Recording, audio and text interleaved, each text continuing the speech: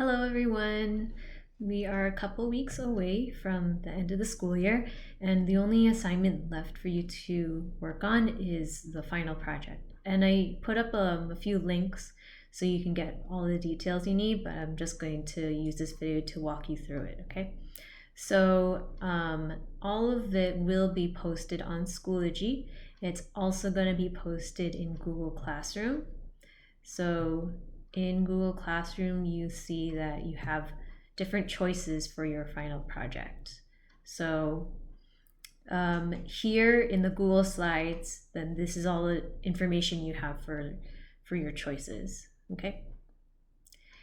The due date is Thursday, June 4th, because I know that seniors have the due date or the grades due on Friday. And this project is really just as a final opportunity to share what you've learned this year. You get to choose which task it is, and most of them are coding projects. There is one where you have an option if you want to do a research paper instead. So these are the due dates you have to keep in mind. First is that this week you should share which project choice that you want to work on. And then by this Friday, you should submit an outline or a plan. Checkpoint 2 is going to show me more of your work, and then the final project is going to be due on Thursday.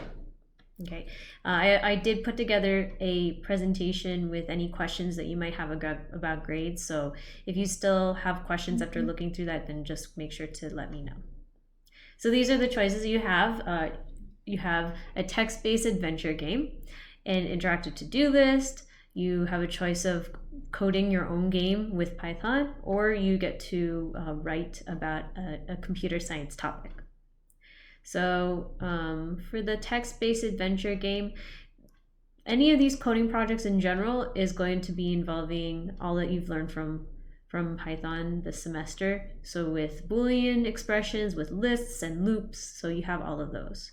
And some of these choices, for example, with Project A, it has more details shown on here if you go to the Google Doc, and that'll give you more information about it. This one also has a starter code for you to use, so you can use that as a template. You would have to go to Replit Classroom, and then you click on Project A for your template in there. So you'd have to go to the projects folder, okay? And then when you have your own REPL, then you can submit your work there. Also, there's going to be the other choices there too. So with choice B, it's an interactive to-do list, and that's going to obviously involve a lot of lists and also some user input. And for C, again, with coding your own game, if you felt successful with Lab 2.06 with the tic-tac-toe game, then you can upgrade it by coding it so that it's going to be playable against a computer. You can also use the other games that you've coded before that was on Snap, and then try to translate it into Python code.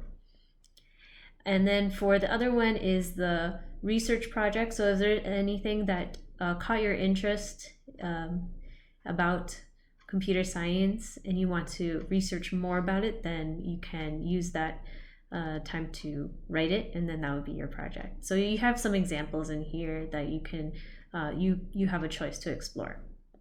There are rubrics for each of these here. So let me just show for the coding project. Any of the choices A, B, or C, you have a rubric to show that you know how to use conditionals.